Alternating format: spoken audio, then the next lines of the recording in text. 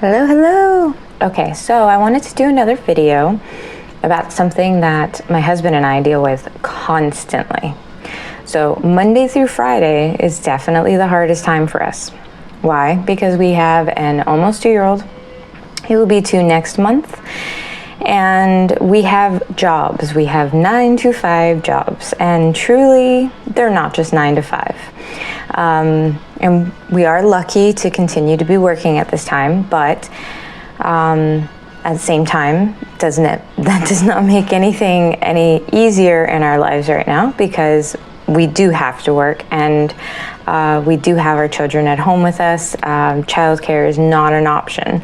So, especially with coronavirus, definitely not putting my kids in daycare right now. And for those of you who are, that's nothing towards you whatsoever, and some people absolutely need to do that. And if you can find a safe daycare near you, that's amazing. For us, no. But anyways, I did want to give some of you other parents out there a few tips on how to deal with a toddler in particular in your home while you are working. So for the first thing, it's not really a tip per se. I mean, it is a tip, but I mean, if you have a kid who's very young, and even if you don't have them extremely young like my son, or even my daughter who is 3 months old, yeah, there she was. But my suggestion to everybody is, if you have kids, you should always have designated areas for your kids, or you're always going to have a mess or something everywhere. Granted, that's going to kind of happen anyways, because kids are kids. I mean, they don't think, oh, well, I'm making a mess, so my parents have to clean it. But if you can see, I'm actually in the playroom. That is where my desk is. So for me, yeah, Monday through Friday is even more difficult, because I work in the playroom, but that's kind of how I'm able to keep an eye on my children and make sure that I'm not away from my job at the same time. So if I have a meeting or something, I do have to do one of these things that I'm about to say. Okay, let's get into the list. Now, we are lucky enough to have a backyard, and that happens to be where my husband works, because like I said, there's always parent watching. But we are lucky enough to have that. So for us, the backyard's a huge one, because if you have a backyard and you have the ability to get some kid-friendly toys per their age, and make sure you're focusing on things that are going to take up a lot of their energy, because that's what you want to do before nap time, after nap time, for beds and everything. I mean, especially toddler age, they're starting to dwindle down on their naps, and they may only be taking one full nap a day, and it may be for a couple hours, but you want to make sure that they'll take that nap, because the importance of sleep right now is still very big. But the way to do that, like I said, is to get age-appropriate active toys for outside, if you happen to have a backyard. Things like that might be, for example, my son, like I mentioned, is about to be 2 next month. He uses a splash pad. So it's water, there's the sun, and yes, there's sunscreen and things like that, but there's water and there's the sun, so there's heat, and he's running around, he's jumping in the water.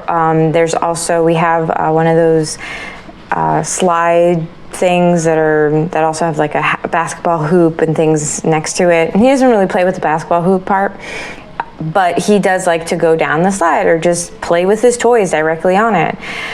He also has one of those, it's a lot of water things, because he really likes the water, but it's one of those, I don't know what they're called. It's like place where you put water inside of it, and then it has like little things. If you were to pour water on it, it might like turn and stuff, so he can see how water works with different types of toys. And oftentimes he'll go and grab like his car, he loves cars, and brings it over to that thing, and he'll just like, I'm guessing his cars are either taking a bath or they're swimming, I'm not sure. And they even sell kid pools. It is the summertime right now, so going into fall, so it's still usually good temperature to have them be around a lot of water. And if you are able to take them on a walk to tire them out a bit, that actually helps as well. If you can just take them on where they're walking, maybe for half an hour, you take like a half an hour lunch right before they're going to go to sleep, and that helps them go to sleep. Okay, another item is these things are not for outside. It is toys, but they're some good toys and they last a long time, and that is Legos. The Diplo Legos are the bigger ones, and also blocks. If you have any of these things and you have them sitting in there and your child hasn't used it yet, bring them out for them to start learning how to use it. It's really great for cognitive development, for coordination and everything, and they like to do that, and they'll kind of do that a little bit more quietly. You won't get a whole lot of time out of it, but you'll get some time out of it, and that helps when you have to do like power work. You know, if your child is busy for a moment, go get that job done as much as you can, and then do something else to entertain them. When I say your job, do it as much as you possibly can. If you happen to have a meeting going on at that time, my next tip is probably better than the Diplo and the blocks, but it is controversial. Especially under the age of 2. And in my home, we do not follow that rule. We just let them have however much long that they want of screen time. I understand and I know all of the stuff behind that. We've decided as a family that we will allow our children to have screen time. It does help though. They have a lot of educational things on YouTube. And there's just a lot of educational things in general. If you want to look for it, there's apps. There's, plenty out there. There's Disney Plus, a lot of kid-friendly shows from birth, really. So if you happen to be wanting to do some sort of screen time, maybe it's only an hour a day. But if it's when you happen to have that meeting going on, my suggestion to you is use that hour when you have that meeting. They'll be so enthralled in whatever it is that they're seeing on the television or on their tablet that they will be a little quiet for a little bit longer, and it'll give you some time to get your job done. So if you are one of the types of parents who would be into the whole screen time, I'm right there with you. We can be friends. Okay, another thing is crafts. Now, crafts doesn't work for every kid, and I know that your first thought is, yeah, I'm not going to have like, I want to say sprinkles, but it's glitter everywhere. And I agree with you, but there's a better solution to that. You can have construction paper, for example. Give it to that child so that they can help rip it up or do whatever it is that they want with that construction paper. And also have contact paper. There's sticky sided contact paper. So you just give it to them with the sticky side up, and you can give them like cotton balls and construction paper and stickers and things like that, and then just let them use that contact paper and create their own little pieces of art. Again, it won't take a lot of time for them, but you never know. Your kid might be really, really interested in art all of a sudden, and it might take them all day, and that's their thing. So crafts are a good idea. Just stay away from anything that's going to get all over the floor, that you can't vacuum up, and you're going to hate me for making that suggestion. Apparently my grammar sucks. Okay. And the very last thing, which I think I already mentioned, was creating a play area.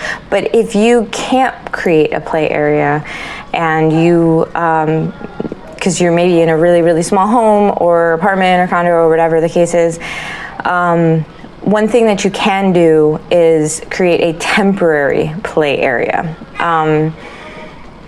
So I did mention in the beginning that you should always have like a little designated area for your kid. I still say that, and you can do that temporarily.